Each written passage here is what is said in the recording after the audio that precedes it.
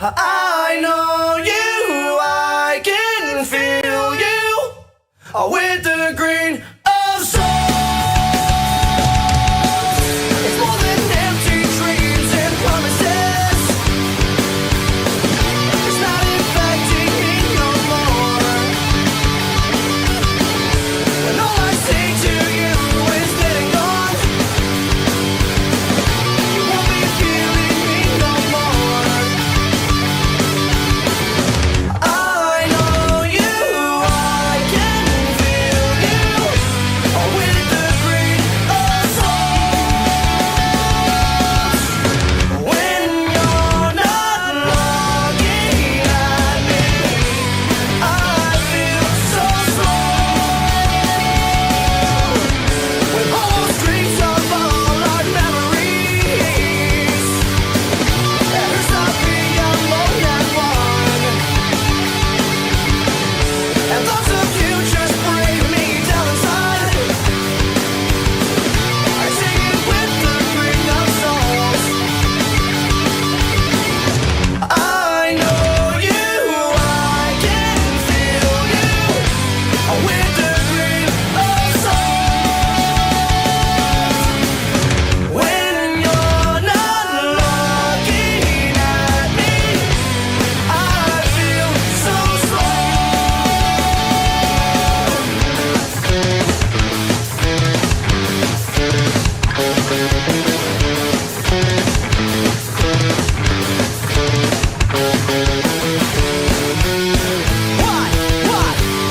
What? Get your hands up.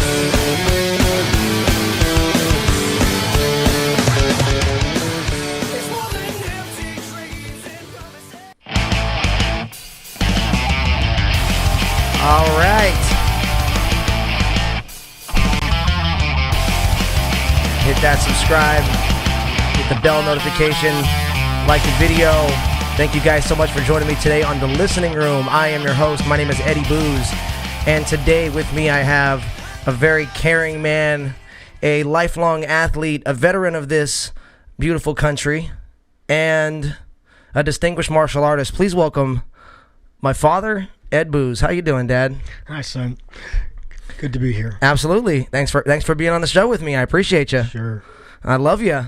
Love you too. Good to see you. Good to have you. You know, it's the first time I've had a family member on the show, so it's wonderful. So, first things first. I'm going to spring this one on you. This is kind of an out of the blue question. I know. I'm pretty sure you've seen the show, but usually I like to start the show off like I like to start my day off with a little bit of gratitude. So I like to say something I'm grateful for. And today I'm grateful for you. I'm grateful for the time I get to spend with my father. I'm grateful for being able to learn from you, being able to take from everything I can from you over the years. And I just am appreciative of you and all we get to do together. So today I'm so happy and grateful that I get to spend time with you. Well, I'm happy and grateful that I have you as a son. Well, I appreciate that, Dad. And I've always felt that way. You know that. Yes, I do. And we're definitely on the same page there. So so my dad's a martial artist, and today I wanted to talk to him on the show about a little bit about martial arts and about how you got into martial arts and a couple of other aspects about it. So So Dad, why don't we jump right into it? Why don't you tell me about how you got into martial arts? I mean, because I know you were, you boxed gold gloves when you were in high school, and you were 2 tours of Vietnam, in the Navy on the USS Enterprise. So you had your fair share of physical experiences with fighting and self-defense. But what made you get into martial arts? How exactly did that happen? Kind of how did that all come about? Well, when I was a kid, I wanted to take up karate, but it cost too much. It was $25 a month, and I just kind of put it off and did boxing and all the other sports that I liked. But one time here in Long Beach, a friend of mine came to the house one day and he said, "Hey Ed, check out this ad in the paper." And it said, it was an ad in the paper, and it said, "Karate instructors wanted, no experience necessary." Your leg is on it. It's pulling it towards you. There you go. karate instructors wanted no experience necessary. It was like, I laughed. I thought, Right, no experience necessary. Exactly. Like, how do gotta be a you? joke. Right, how do you make? Yeah, exactly. How are you gonna make that happen? right. But it was an ad, and so we called it, and they told us that there was going to be a demonstration, and everybody would be told how this could happen. Sure. So we went to see the demonstration, myself and a couple of friends who were both interested in learning martial arts. And it was Ed Parker. He was giving a demonstration in Long Beach, California. So who is Ed Parker? Ed Parker was, because he's passed away now, he was the still is the first Grand Master of Kempo. Okay. He's actually history here in the United States. He's the hub of a wheel that Of now American has Kempo. thousands and thousands of people now. Gotcha. And his system was IKKA, correct? International Kempo Karate Association. Right. It started out as a few other things before I got to it. Sure. But when I got to it, it was the IKKA. And wasn't at one time one of the largest tournaments in the world named after Ed? Well, not after him. It was his tournament. It was here in his Long tournament. Beach. Yes, the Long Beach International Karate Championships. And I mean, if people came from all over the world to compete in this. participate and just to watch. Nice. You know, if you were a nobody and you won at the internationals, you were a somebody. Sure. That's how important of a tournament it was. Right. You know, so we went to see the demonstration, and watching this big Hawaiian man move was an awesome experience. Right. I mean, he would do fighting techniques on a person, and I swear that the building was shaking. Right. I mean, it's like his energy generated through everything. Actual power, yeah. And he was doing techniques on another large man, larger than him. And Ed was a pretty big dude. Ed was a very big guy. You know, he was 220, probably 6'2", 6'3". Okay, so it was Ed's program, Right. and he was holding this thing called he was just having you guys come in and do. How was this thing set up? Well, it was an ad in the paper. right, Said it was no the ad in the experience paper. necessary. What happened? What they told us was they were going to put on an instructor program. Okay. And the program would teach you how to teach martial arts. Sure.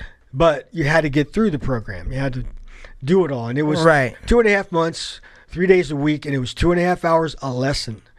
And it wasn't just, first it was mostly calisthenics for martial arts. Gotcha. And I mean, they wanted to make you throw up. They wanted to make you quit. Right. And Sure. Of when course, we- they wanted to put you through the most grueling stuff possible When to we weed out. They said, "Oh, it'll be the hardest thing you've ever done physically." And you've done some things before that I've were done things pretty that were rigorous. hard. Very rigorous. But this was hard. This was very hard. There was lots of other martial artists from other systems. Was it the hardest thing you have ever done in your life physically? No, I think Was it survival at certain times, that was the hardest thing Yeah, I've ever gotcha. done physically. Like the Appalachian Mountain experience that you had with John? snowstorm, Yeah, Yeah, and yeah. a couple other things that were... We talk about that in one of the episodes of Me and My Dad on here. So if you guys are on my channel, go check out the Me and My Dad episodes. And we talk about you actually laid out that Appalachian Trail experience when you and John went and got caught in that blizzard out there. And, you know, it's just recently, over the last couple of months, that John has gotten in touch with me. That's funny. He lives in Florida now. That's cool. And the first thing he said to me was, "Ed, Remember that experience?" Did I know?" He said, I hope that I said thank you for saving my life." Oh, wow. And I just, of course That's you did, cool. man. Of course you did. That's super cool. That's cool. Okay, so anyway, so back to the story. So we We went there, and there was... The people who signed up, there was between 400 and 600 people who signed up to do this. Right. Well, of course, you're going to get free martial arts lessons for life. That's right. If you pass the course, you get Right. to start teaching beginners basics, Gotcha. because you're learning that in the instructor program. Gotcha, in the instructor program. Right, because they wanted you to do it a certain way. Uh-huh. You know, make it easier Yes. for the student. Of course. And so, at the end of the 2.5 months, say for 500 people, there was about 11 people left to take the test. And Damn. what was really great was the fact that the two friends that went to see the demonstration with me, they both joined. They wanted to do it too. They were there at the end. So us 3 out of the 11. Was Terry one of those? Yes, he was. No kidding. He Terry was one and of the Malcolm. And Malcolm. And Malcolm. Malcolm's the one who brought the ad to me. Gotcha. I remember that. You told me Karate that. instructors wanted no experience. So Terry went all the way through that, That's huh? right. He went all the way through it. No kidding. Now, there was 2 classes. the class that we were in had 500 people saying that there was another class and they had 500. Out of all those people, they only picked 2 people. Sure. One from the other class and one from our class. Sure. And I was lucky enough to be that one. Sure. You know, I mean, you had to That teach. is super cool. You So had to teach the black belt something that you had been working on. Well, it's not easy when you're a white belt to get up and teach a black belt how to do something specifically, and Right. you do it with some authority. Right, 'Cause, exactly. You know, you want to be able to student Interesting. concentrate on So you, they focus on you. picked 2 out of the 11. Right, and the other guy, the other gentleman, he got the brown belt, and then apparently he went off to another system. Interesting. And so you're the only one out of the whole training program that ended up getting a black belt Right. under the training program. Now, Terry, I know, learned for many years. Is he black belt? Did he get his black belt or did he get his brown belt? He was close to getting his brown belt. Gotcha. You know, but Interesting. You know, Terry's my godfather, by the way. Brandon, good to see you, brother. He says Appalachian Mountains. He says he'll have to go find out which video the story's in. I think it's in like episode number 3 for me and my dad. Check that out, B. But yeah, no, Terry's pretty athletic himself. Oh, absolutely. He's always been athletic. That's pretty cool. I didn't know that Terry was one of the people who made it to the test. And I have to say, it was very hard. I understand. I'm sure it was. I mean, I could have pushed myself past all of that. The hardest part was really remembering how to teach and how to do it with authority. Right. Because without authority for the student, they won't pay attention. Of course, and you can always be able to executing yourself is one thing, but being able to teach someone else how to execute properly is quite another. What you turn out to be is a sculptor of Right. a person. How they move, what they do. Because Yes. you know yourself, Kempo is very intricate art. Extremely. What you do on one side, you do on the other. And you really push hard on the weak side of your body. Right, absolutely. So that makes the stronger side better. Yeah, and like getting in touch with being able to do things like that when your kinetics when you're so in tune with your kinetics, it's an extremely interesting confidence booster, but also kind of this very intrinsic awareness of yourself, and more so even emotionally and mentally. Once you get a hold of your physical self, once your physical self is kind of starting to be more understood by your mind and your emotions, you're starting to connect the two by starting to really understand what your body can do. You know, and that's another thing about martial arts that I found, you know, that's like, you know, that's a beautiful part of it is that you get that, you know, is that, you know, what I was just explaining, you kind of marry the ingredients of self. You know, it's a way to do that, you know, it's a way to get in touch with the kinetics. Arts is all about. Sure. It's the journey of self, to find out more about self, to cultivate self. It isn't all about fighting. Of course. This is martial arts. And this is fighting. Right, of course. This is martial arts, and this is fighting. Right. This is martial arts, and this is fighting. Right. It's kind of like, what do you mean? You're irritating me by saying it 3 times, you know. What it means is this part, it's important, but all this here, what you're going to get from the martial arts has to do with your everyday life. Yeah, everything and else. Your growth as a person. Exactly. Trying to be a better person. It's very similar to what you're going to learn in the studio is like this, and then what you're going to learn and what you're going to practice outside the studio is like this. Absolutely. Same thing. No matter how much you love the art, everybody, even instructors, in the end, you're only going to spend maybe 20% of your life in the studio, even if you're a teacher. The rest of your life is outside of that. Right, of course. So what do we do with art? You're practicing. You're practicing. That's right. And you apply what you know about yourself from the martial arts to other things. Of course. Like if there's a traumatic situation, you might be the only one who has enough focus on self to stay calm, in order to help, do something to help. Right. You know, and I experienced that not too long ago, actually. There was a situation where I was with a group of people, and something happened, and one of the people we were with became temporarily debilitated for the moment, and the other people we were with weren't sure what to do. You know, they were obviously upset. People go upset. People go into kind of a shock. Right, exactly. And this is not everyday life. You know, I was calm enough to put the things in my hand down, not spill anything, catch the guy before he fell down, and then assess the situation and give proper care, and that thank God that there nothing happened of it, and a good friend of mine was able to recover fairly quickly from that. But yeah, it's being in touch with oneself can absolutely amplify the calm in situations where there is no calm to be had, Right. where there's no calm to be found. You actually where you reach inside and find it, and you say, it's okay, everything's okay. We're gonna handle this. No big deal. Even if, right, Everything- even if it's not okay, you're going to be. Everybody relax. You're going to try to We're gonna be make calm it. about it. Yeah, exactly. Most people go into kind of a shock because traumatic situations aren't every day. And I used to be a respiratory therapist, and we used to teach CPR. Well, back then, the classes were different than they are now. But one thing they taught everybody is if you see somebody fall down and you think they need to do CPR, before you even begin to do it, you have to point at somebody and say you, and get them to look at you in the face.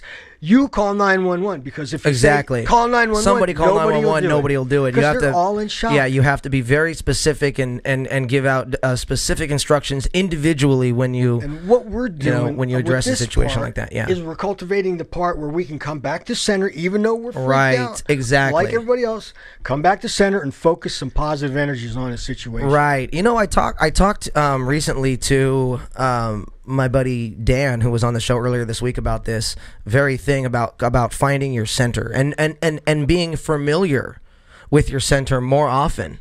What's up, Mike? Daisy does rock, brother. And being familiarized with your center more often. And what I mean by that is, like, we all, a fair amount of us will wake up in the morning and the first thing we do is reach for our phone. And then we see on Instagram or Facebook or emails or missed calls or messages that may or may not upset us. So first thing in the morning, we're giving up our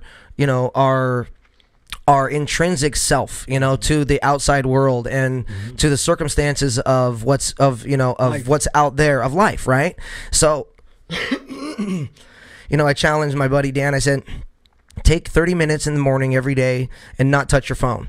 Don't touch your phone for the first 30 minutes every day. Get up, shower, eat breakfast, do what you're going to do, have a nice, morning, and then open your phone and take care of business as necessary. You know what I'm saying? Because it's when you can take a little bit of time for yourself, when you can breathe, when you can familiarize yourself with your emotional and mental center first thing in the morning, what then happens is, if you get pulled away from that once you do pick up your phone, if you get pulled away from that when somebody does tell you something that upsets you or offends you or whatever, or if circumstances pull you off your center, what happens then is you're able to much more quickly and much more easily come back to center because of the simple fact that you've familiarized yourself with it.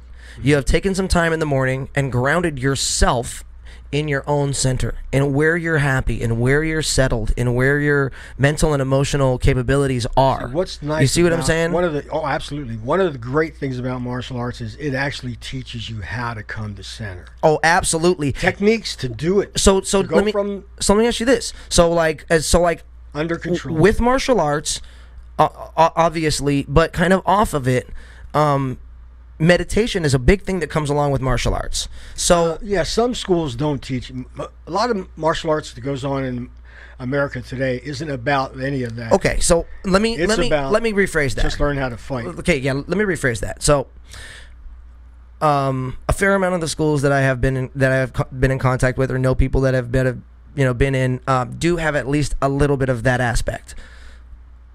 I will say that. Now, I will say this.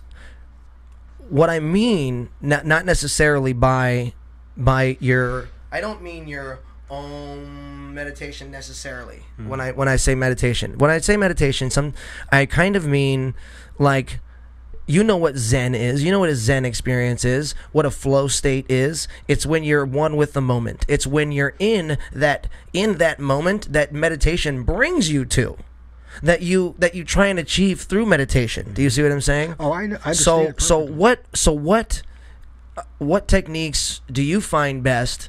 Maybe it might be breathing. Maybe it might be movement. Maybe it might be certain things that you might do to put yourself into that meditative state, to put yourself into that Zen state. What do you find best? What do you find easiest? How do you find easiest to get there, Dad? Like, what do you apply? You know, in application. The techniques to clean up your mind, or at least to make it so you can function at a higher level under extreme strain. Okay, not just fighting. That's just a part. That's not without the physical part where you have to do something else. The biggest thing that links everything, every human being, every plant, every fish, everything on the planet is air. That's where you get your chi from. So the first place to go is for your breathing. And with a mental outlook I agree. already set in place, I agree. to help you go to where you want to go. I love that. You know, but breathing is the one base way, because it makes you pull every thought back into your body and feel the breath. Of course, you may not have time when something bad's going on to stop and meditate. So those techniques that you learn while you're doing it, coming back to center, can be done rather quickly. It's not like you gotta, it's not going to take you to the Zen moment every time, but it's going to take you somewhere better than where you are in shock. Yeah, and other people in shock. Because sometimes controlling other people's attitude makes a big difference on what's going to happen in the next few moments. Right. I like what you said about breathing coupled with coupled with thought. Absolutely. Coupled with the right thought. Absolutely. Coupled with thought, because it's like I'm a huge proponent of that. Like, I mean, obviously thought along with action equals success. Now, what you said was, though, that like to bring yourself into this state of Zen, to bring yourself into this state of center. It doesn't have to be the Zen moment, but it has to come back towards center. Right, exactly. But center isn't really center. Right, exactly. Center is an area, right. Exactly. You know, but it's definitely practiced. Absolutely. You know what I'm saying? And it's definitely happens with intent, with intentional thought. That's right. It doesn't come with just a little bit of,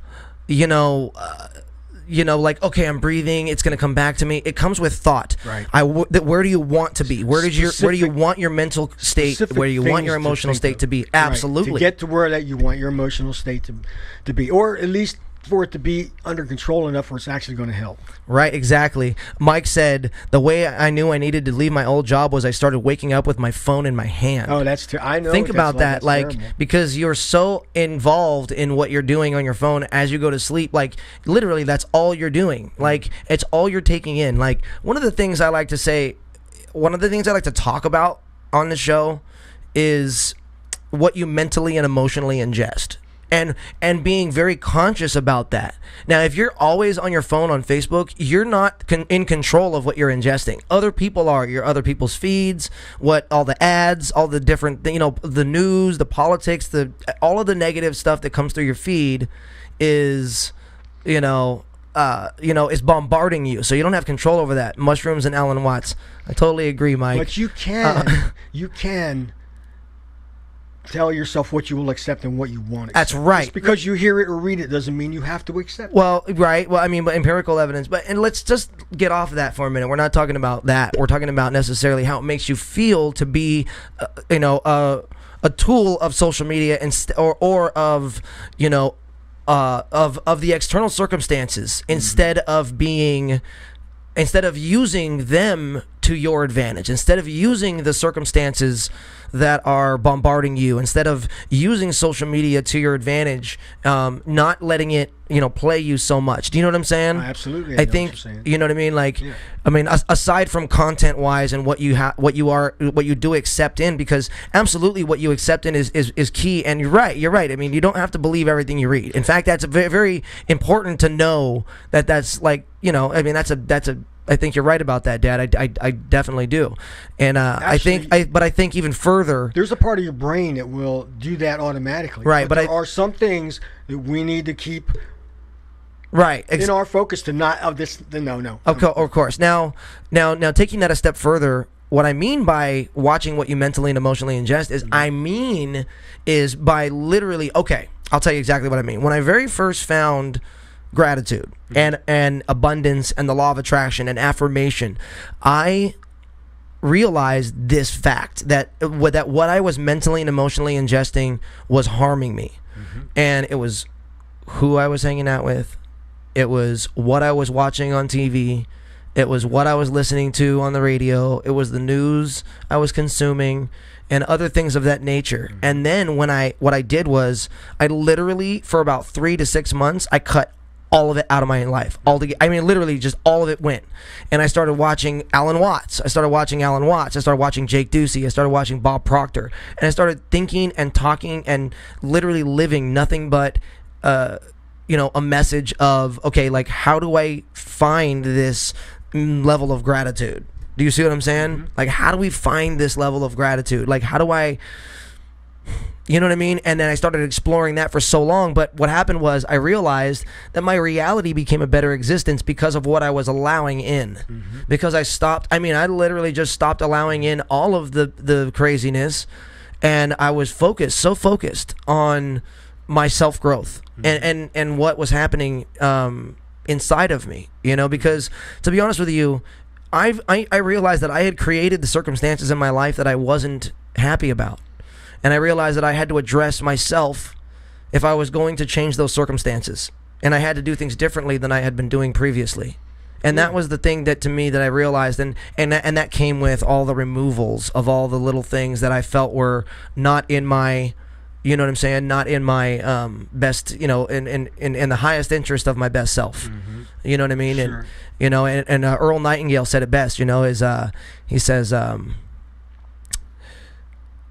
success is the progressive realization of a worthy ideal or goal. That's very true. And that's very simplified and very true. Absolutely. And easy that's to accept. Action coupled with thought. Action coupled with thought.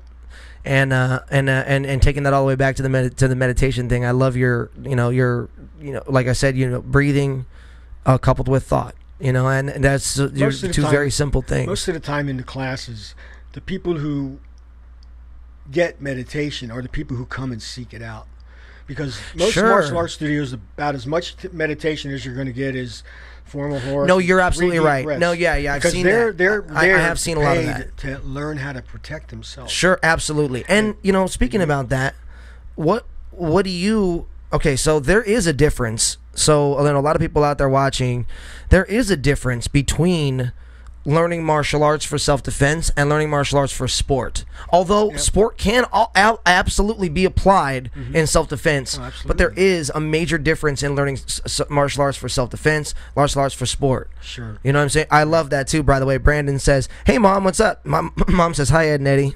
Hi, how you doing, everyone? And then Brandon says, "Breathing, FTW." And then Brandon says, "Breathing plus thought equals manifestation."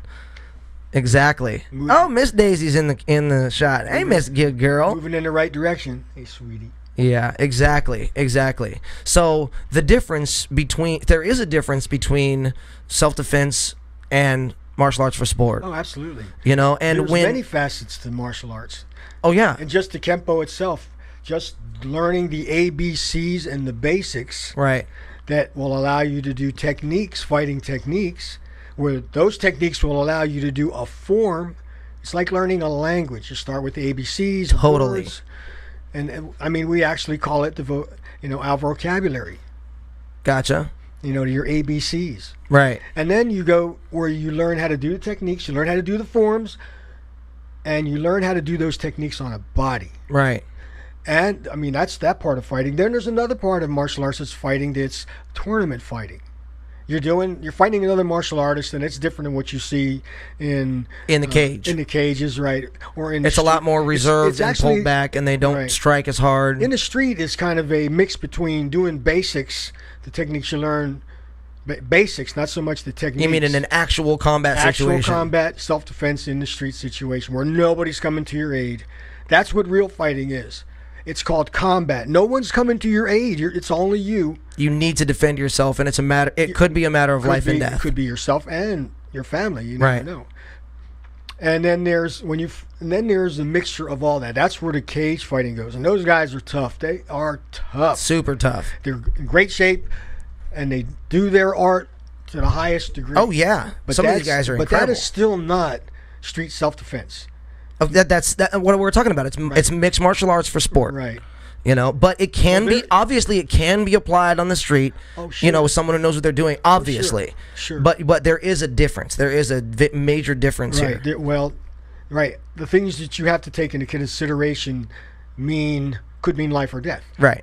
So, I mean, what you do is what's going to save you, and it'll only save you if you practiced hard. Exactly. I mean, you can't think you're going to take a few lessons and do something real soft and I'll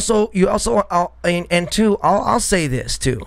There's a mindset of application that needs to be implanted into students as well, because when you're learning martial arts, you're learning martial arts for self-defense, but you're unable to apply some of these things because they will hurt somebody. Exactly. So what you need to what I feel needs to be instilled, I feel could be instilled even more in students nowadays, is if there was some sort of applied like understanding of like, look, when you get into a combat situation, you may have to poke someone in the eye, you may have to hit someone in the groin a few times. You know, you may have to hurt someone to get out of the situation that you're in, to protect yourself or your family. That's part of that right there. And I don't think people are mentally prepared for that. Well, even in martial arts class. Do you see? You have to help prepare them. That's what I'm saying. And it's not just do the moves with a smile. No, of course. I mean, there are specific. And you're learning to do them on the body, but you're still holding back. You're not able to do that hard on somebody in the studio. If you did it hard, you'd hurt somebody bad. Students, everybody would be, hurt and staying home. So that's where you're learning control. Exactly. How to control yourself, because if you can't control yourself, you can't control other people. Especially if it's physical and heavy, high emotions, adrenaline's running high. Everything changes when there's a fight. Yeah, I was talking. It's not like regular everyday shit. When fight or flight kicks in, you get that adrenaline. That's another thing too. Is that that's why that is the reason that you practice these basics over and over and over and you drill them into you, is because when they are needed and absolutely needed to be applied and implemented in your life, when you have that 1 in a million encounter where you actually need to defend yourself or someone you love and you need to apply it, it's that training, that over and over and over repetitive second nature muscle memory that is going to kick in for you when you're unable to necessarily think for yourself, and I will say learning martial arts also helps you, and especially when you practice your breathing, when you spar with somebody for an hour, when you spar with somebody who's better than yourself, when you can practice slowing your breathing down in those situations, when you have that fight or flight kick into high gear and you've practiced your breathing, you've practiced slowing your breathing down, or breathing techniques of how to inhale through the mouth and exhale through the nose and keep your heart rate down. These are the things. It's things like that martial arts is going to help you in situations like this throughout your life. Real self-defense and application. Remember, there are lots and lots of breathing techniques. It's not just one way. Of course, I'm just saying as an example. Obviously, and they learn that. The students learn that as they're doing basics. They might not realize it at first, right? But when you have them doing ki-eyes, or you tell them this is what you do through the technique, the way we do our breathing in a technique or fighting situation is like steaming a bunch of food. You know that little whistle on top? Right. It's all your energy's in there. You don't want to just open the top up and go, it's gone. Right. You want to be able to spread it out over a little Gotcha. ways. So it's like you want to push it out, that air that you have in there. Yes. Right. Just like that little whistle. Yeah, very much similar to like sometimes how like you'll see weightlifters or people who are lifting weights breathe when they're weightlifting. Sometimes they'll breathe one breath through a few reps. They'll breathe one breath through 3 reps, and then inhale on one. Yeah. It's a similar concept. In the movie Karate Kid, there was a few instances when the old man was teaching him to use your breath, but he didn't realize the power from it that was going to come from it until he did it. And most students don't realize how many things they're learning. When the situation comes up that's bad, they will start automatically coming to center, taking breaths, because they've been learning in the school and they didn't really realize that this is what I do when I'm under pressure. Yes. Because a good class, a good teacher, he has to push the envelope. Sure.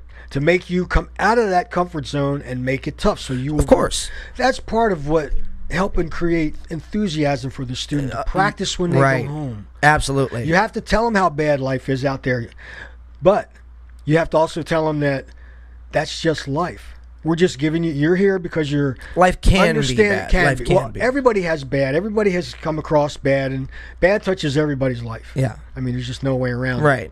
And it's better to be prepared than not. And it's the message. You know, karate is a good physical thing, but it has some serious avenues.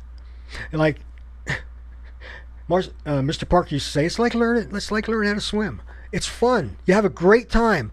But if you dropped off in the ocean or the boat sank out from under you, you can't hold up your paper and say, hey, I know how to swim. You got to swim. Right. That's what fighting is like. Martial arts is like that. When you have to swim, you better know how to swim. Exactly. So, okay, so going back to a little bit of like the history of like how and when you got into this, I want to kind of get back into that just for a second here, because I wanted to kind of pick your brain about that. So when you got through the training program and it was you and one other guy, you got into this and you started learning after a little while. You went away. You went away for a while, and then you came back after how long? A year? About a year. And you came back and they took you in right away. And you started learning right away. Right away. And what was that like? Who did you learn under? And how did you progress under? I know you progressed under some names that some people in martial arts have heard, including Larry Tatum. I've been very fortunate. Frank Trejo, Chuck Sullivan, Vic LaRue. The crossed with me are the people that are the pinnacle of what Kempo was all about. I mean, the people. Obviously, you learned directly from Ed Parker. Best people. After I finished the program, there was some family issues that I had to go home back to New Jersey to help settle. But on my way back, somebody that we were driving with, they fell asleep at the wheel and there was a terrible accident. Everybody was hurt real bad. Somebody died. It was just a horrible situation. So I went home. I mean, I survived. I went home and I called up the studio and I said, remember me, I'm Ed Booz. I took the program. They said, okay, no problem. Well, 3 or 4 times through that year, I called up, made sure. Then I drove out here and I walked into the studio and I said, guys, my name's Ed Booz. And they actually said, wow, couldn't hardly believe that I really came back to do this. So luckily, Huck Planis, who was at the time Mr. Parker's right-hand man, I mean, he was director of the state of the art. He would go around to other schools and help upgrade the people who weren't doing exactly what the old man wanted. The old man meaning Mr. Parker, the captain of the ship. Of course. And as Mr. Parker first started teaching arts to when I got there, it changed quite a bit. There was more techniques. There was more things that he gleaned in his own mind so it could make our art better. And he wanted to keep the other schools as much as possible upgrading with it. But it was very, very hard. Once you put all that time in to get a black belt, 3, 4, 5 years or more. It's hard to go back and change things that you've been doing for a long, long time. Absolutely. So that was what Huck was all about. He was going around helping schools upgrade. Gotcha. But he was teaching at a Long Beach school, and that's where I was going to go. So I was there. He started teaching me privately right away because I went through the course. Of course. I got my yellow belt in like 2 weeks, and my orange belt in a month, and my purple belt in a month, and I just flew through the ranks. It was almost like I already knew this stuff. Sure. He would teach me 3 techniques in a day. I'd go home, practice those, and I had the book, the technique book. I'd teach myself 3 more. Then I'd go in the next day, and I'd show him all the 6, and he would start teach you the next 3. I was, bam, I was going through it. And when brown belt time came around, I went up to test in front of Mr. Parker at the Pasadena school, his school, and there was like 40 black belts on the board and almost the same amount of people testing for brown and black. And it was over a 3-hour test. That doesn't sound like much, but when you do an hour and a half of basics, and then you do some forms, and then you take a 5-minute break, and you come back in, you start doing those techniques on people. And I mean, this is the way it was said to the whole testing area. Gentlemen, barring broken bones and blood, I want it to be real. Shit. That's what Mr. Parker said. And so everybody went at it like maniacs. You're kidding. No, they went at it like maniacs. And they're all the board. Only those 40 people, only 3 people sat in chairs. All the other guys, black belts, had to sit on the ground. Sit on the floor. Yep, that was Mr. Parker. You're Huck, kidding. And one other gentleman, yes. Well-known, high-ranking black belts. Interesting. Yeah. So that was your brown belt test. That was my brown belt test, yeah. Damn. And so I did very well at that test. And the other person who I was training with, she did very well. Her name was Angela Virgo. She was around long before I even came into the picture. And she was a Huck student. So we trained together, and we went, and we took our brown belt test, and we were people who were singled out by the old man to say, hey, I've been watching you, and your stuff's looking really good. Keep it up. Good. You know, so that made Huck look really good. But That's awesome. He's a great teacher, though. He knows everything. I mean, he doesn't forget stuff. He's literally, right now, I would say he's the encyclopedia of Kempo. So Huck did, just to touch on something else for a minute, did Huck bodyguard for Elvis? No, he was, he almost. Gotcha. I mean, he really didn't want a bodyguard for a lot of black belts. Could have went up and bodyguarded. Only certain few were asked, but not all of them went up to be bodyguard. Gotcha. Because it was you gave up every moment of your life. You had to be available. You had to be 24/7. Gotcha. Yeah. If he called you up 3 o'clock in the morning and said, "Let's go down into the gun range under the house and let's shoot some guns off, or let's practice martial arts," you had to be up and doing it. Right. You know, but of course, he was a very generous man, and he took care of everybody who did right by him being a bodyguard. Sure, of course, yeah. You know, so that's cool, man. Well, that was very cool. Okay, so from Huck, so you go and you take your brown belt test. The old man sees you. Mm-hmm. He likes what he sees. Right. What happens from there? Well, he knows that I took the instructor program. Oh, he sees me at brown. So have you met him at all before this? Only after the initial demonstration. I went up and shook his hand and Gotcha. introduced myself. Right. You know, because everybody was doing that. You know, I think probably everybody there. Sure, of course. 500 or 600 people in this place, and it was packed. It was shoulder to shoulder to see this guy. And there was 3 or 4 other black belts who did some stuff too. But when Ed Parker did his stuff, I swear, I actually looked around the building to say, "Whoa, did you feel that?" Right. It was like the building shook when this man did stuff. He was so dynamic and powerful, and he moved like very a ghost. graceful, so fast. I mean, at one time in Hollywood, they called him the magician of motion. Interesting. Yeah, that's cool. Yeah. So I got my brown, and I still was training with Huck. He taught me all the material to make my black belt, test my black. So I tested for my black. I got my black, and as soon as I got my black, Mr. Parker invited me up to his house, and he took me on as a private student. So I went from his right-hand man right to him. Really? And straight to Ed? Straight to Ed. Oh, okay. Yeah. And then so you started learning directly from Ed. From Ed. Didn't pay for a lesson. Never. I've never paid a dime. All because of the instructor's program. The instructor's program, and I earned it. I mean, you got to put your foot in the door. Of course. Once you get through that door, you got to hold up your end of the bargain. You got to swim. Right. Of course. Right. Sink or swim. Now, when you started learning from Ed, did you start learning in a particular school, or did you start learning? I was in his taking home? Lessons in his home. You were? Yeah. I was a respiratory therapist, and I would get off like it's 8 o'clock in the morning. And I drive right up to Pasadena to his house, and I'd wake him up. Usually, I thought I woke him up. He'd always say no. I could hear him walking from far back in the houses, pounding of his feet coming in front. And he has a big house. Right. I mean, it looks like almost a mansion. Sure. It's got 2 great big doors in the front. Sure. And I've taken some friends up there, students, and they go, "Where's the house?" You just keep watching these houses. You tell me which one it is, and every one of them got it. Really? You know, yep, set back, up, big porch. You can have a party of 30, 40 people on this porch, and 2 huge wooden doors. Awesome. Yeah, really nice house. So you learned from him in his home for how long? A little over 10 years. Nice. And he never asked me for 1 penny. But every 6 months, I would have him down to my studio, the Long Beach studio, and I'd have a demonstration. So when did you open your first school? I opened my first school as soon as I got my black. As soon as you got your black belt. Yep, I opened up my school. I already had students ready to go. Nice. I did all the pictures for the walls. Nice. I'm the product. Right. And then he would come down every 6 months and what? He would put on a demonstration and a seminar, and he would test people for brown or black, or give them their tips for brown or black. Awesome. So, and he would be treated like a king. Sure. One of my students was the and he would be paid. Oh yeah, well yeah. I mean, Of course. he'd take home a couple $1,000s for driving down to the studio. That's pretty good. That's pretty spending good. two or 3 hours. And Mike McCoy. Yeah. He was a vice president in charge of sales for Keebler Foods here in Southern California. He would get Ed food that was so.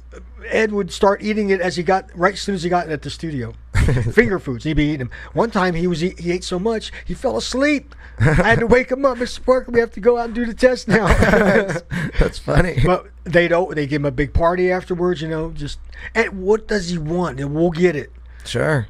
So he liked that. That was nice. That's cool. Of course, absolutely, and I'm sure it was well deserved as well. And I have 14 black belts who've gotten their black belt testing in front of Ed Parker. So you have And many of 14 them got black their belts under degree- Ed. They got their degrees through him right before he passed away. That's very So, cool. I mean, they did their part. So what was Ed like as a man? Was it? I mean, was it? I mean, as you knew him. Well, you tend to have a certain thought in your mind about how somebody is when they're high up, and you really, Of course.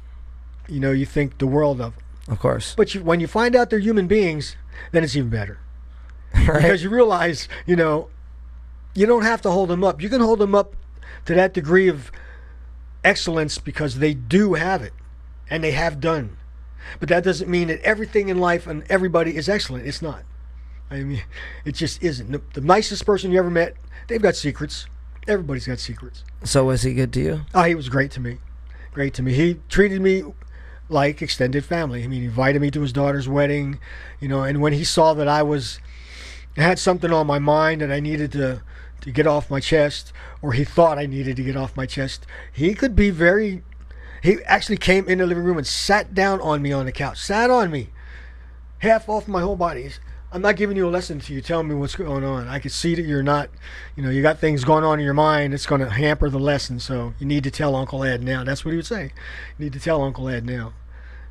So. And I got to take him places when he needed a ride to do things, and he didn't want to drive. He'd have somebody take him, and I was around enough to do that. Him, his son, and Edmund Jr., and I went out to lunch a few times, after we took care of errands and business. Sure. And I got to see him when he was mad, too. And that's not one thing you want to see. I didn't want to see it. Sure. Yeah, I wish I would have been able to get to know Ed a little bit more as I got older. And I know I met him once or twice when I was real young, but and you were really a hit too. You were really a hit. Did Ed ever get to see me do anything? studying any martial arts at all? He saw pictures of you, but he didn't see you doing it. You won that trophy, and you met Ed like the next weekend. And he was just so taken. He almost. It was my 6th birthday that I won that trophy. Right. And then so I met Ed just after that. Right. Yeah. Up at this Pasadena studio, they were putting on some kind of demonstration or something. There was a couple other martial artists there who were well known. Jeff Speakman was up there. Cool. He was signing autographs, and you met him. You just don't remember. Yeah. I remember. Oh, do you? Yeah. But Ed, he was serious about people learning this stuff. That's one of the things that kept me in good stead. All my students were the best. I mean, when they went to studio with other students, my students always stood out. They stood out, and Ed would always say something about it, and that made me feel good. And that made me keep up training people the way I was training them. Just knowing how to do something doesn't make you a good teacher of that thing. Being able to teach something it's an art in itself. Even if you're good at something, it doesn't make you good at teaching that thing. Huck told me once, right after I got my black belt, he said there's a lot of black belts and they all think they're teachers, but they're not. Really, first degree black belt is assistant instructor. Right. A junior instructor. Sure. You got to make second, third, and go that way. And so what I did, when he told me that, I went and took a couple of courses at Long Beach State in the summertime. And it was the courses were teaching dynamics, and it was people from Smart grade man. school all the way to professors in college. It was how to teach things to people Properly. what you want to look for, what you want to do to help motivate them. Dig it. And it wasn't all just about the thing. It was about how you look and how you act that makes a big difference in the student. Sure. I mean, if the student does something and you go, Jesus, and he sees you do that, the next 10 minutes he's not going to learn anything. I don't think he'd want to come back in general. Yeah, you have to be positive all the time. Even if it's a stern positive, Sure. you have to be positive. Even if he's doing it wrong, when you correct him, you have to be positive with it. Sure. Without that positiveness, it stymies the student's ability to learn. Yeah, I found I've worked with kids for a long time in music, and I found that one of the best ways to address maybe something that may need addressing is if you maybe point out something that they're doing well, and then say, but hey, work on this, or whatever it may be. So you're absolutely right. A little bit of positivity in there, as you teach, definitely goes a long way. It's a lot better than disciplinary learning, incentivized. There are a lot of learning, martial arts schools that are militaristic about how they teach their students, but that was further back in the day, and there's not now. Instructors are more open to teaching techniques, right? Instead of being a military type, right? But you have to be some military type. Sure. I mean, this is the art of war. All right, let me ask you a question. Who is? We're gonna wrap it up here in a couple minutes, but I want to ask you a question here. So, who are some of your favorite? Maybe you don't have one. Maybe you have a couple. Some of your favorite movie martial artists. Some of your favorite martial arts stars who are there's lots who are of in the movies. Yeah, there's. I know lots you of like. martial I know you like a little Steven Seagal movie every once in a while. Seagal, I like his movies. He He's legitimately an Aikido master. Yeah, he's legit. He learned from the person who invented it, his son. Right. So you have to know something. Yeah. You have to have some nerve actually to open up a school in Tokyo. Because every day, is that where some Japanese people are going to come in. Black belts, they're going to test you. Interesting. Day. So you like a little Steven Seagal. Who else? Who do you like? I mean, as far as the movies go, I mean, they're all good. Van Damme is good. Who's Jet Li? I think, who's the best? Really, I think would be Jet Li. Okay, have you seen Ong Bak? He's great. Tony Jaa. Tony Jaa's great. Okay, how about I don't know if I'm going to pronounce his name correct. Iko Uwais. I don't. He was the dude from The Raid. Have you seen? Have I shown you The Raid? I remember it, but I don't remember who he is. It was the movie about the guys the SWAT team who goes into the building. Yeah, I remember He's the main character. He's the main character in that movie who just there's some great scenes in that. Whoops ass in that movie. Yeah, Tony Jaa. Of course, fight choreography helps a lot. Of course, obviously, but you gotta recognize, like, when you see Jet Li doing some of the stuff he's doing, even though it's choreographed, you have to be able to do that shit. That's right. You know gotta show it and make it look real. You do. Well, I'll tell you, like, apparently you can go on YouTube and look up videos. Apparently Steven Seagal is notorious for actually giving the actors, that are on the receiving end, throwing them around. Yeah, giving them a little. Well, you know what? I have to a little punishment. Back in the day when he was learning it, that's how it was when you went to a school. You literally, when I got into what was called the blood and guts era of martial arts. I came into towards the end of the blood and guts era of martial arts. Nobody used pads, and there was a certain way to be very strict with yourself and in the studio. Now, they wanted to be able to get out there and work you over, the instructors, so you will learn from it, but they didn't want any sniveling. Yeah. If you wanted to snivel, you go home. Right. So this is really a sadomasochistic trip. Well, watch some of Larry Tatum's. You gotta give a little pain and take a little pain. Watch some of Larry Tatum's videos. I know what Larry does. Larry is he makes a believer out of you right away. Right, yeah. That he can make this stuff work. Yeah, I know. Or watch some of Gene LaBelle's videos. You watch that and you'll hurt for their dummies. Oh, yeah, you will. You'll watch them and you're like, oh my God. I've worked with Larry and I've had him work on me, and really work techniques on you. Oh yeah, I mean, directors and producers came into the school one night. They were to talk to Larry about using the school in a movie. Yeah. So he came out on the floor and showed them a couple techniques on me, but he didn't tell me what he was gonna do or anything. I mean, the first technique was, I was picking myself up from the floor. Yeah. And it's not like back in the old days, nobody asked you if you were okay. If you got up, you were okay. Right, yeah. You know? So I got up, and he actually came over and asked me if I was okay after they left. And yeah, I said, oh, if I get up, I'm okay. Sure. You know, but he makes a believer out of you. He doesn't mind Giving it to you a little making bit. you know it's real. Yeah. Yeah, I Like get you. to feel is to know. I get that. Mike says the Raid and Raid 2 are so good. They are. They're both pretty good movies. There's a new guy out now named Scott. Adkins. He's been very, around. He's been very around for a good. while, and he's Yeah. in a lot of I always saw underground. him He's in a lot of indie action films. Yeah. Yeah, he's been doing a ton of indie action He's films. very yeah, good. he's legit. I've seen him do a couple things. Actually, yeah, no, he's definitely legit. I like him.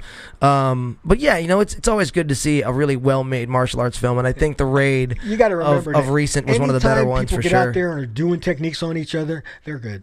Yeah. Because it takes a lot to be a good dummy. Sure. And it takes a lot to be a good person who's doing things, not to hurt the dummy too much. Of course, and we all have, and we can't leave out good old Chuck Norris. Gotta love old Chucky. Chuck has done major positive things for martial arts in this country. Oh, Chuck is awesome. Chuck does positive things That's for the right. world. Well, he learned things from the old man. I mean, he actually went up and sparred in the Santa Monica studio to learn things that would make him better. Nice. And it did make him better. That's cool. He was out there doing it when other people were just thinking about it. That's rad. Well, Dad, are you down to join me another time on the show pretty soon, and Oh, maybe absolutely. show some martial arts, maybe show a couple of videos of some Sure. stuff you've done, and talk about some stuff? I'd be honored. That sounds wonderful. Well, thank you guys so much for joining me in the listening room today, you guys. Join me on the listening room every single weeknight at 6:30 right here at youtube.com/Eddie Booze. I'll see you guys tomorrow night with Corey Grant, film director of The Lost Coast Tapes, I Got the Hookup Too, and many, many more amazing films. Can't wait to have him in tomorrow night. Thank you all. Love you all. Thanks for being a part of the listening room tonight. My name is Eddie Booze. Go ahead and subscribe to the channel, hit the bell notifications, and give the video a like. We'll see you guys every Monday through Friday right here at 6:30. Take care.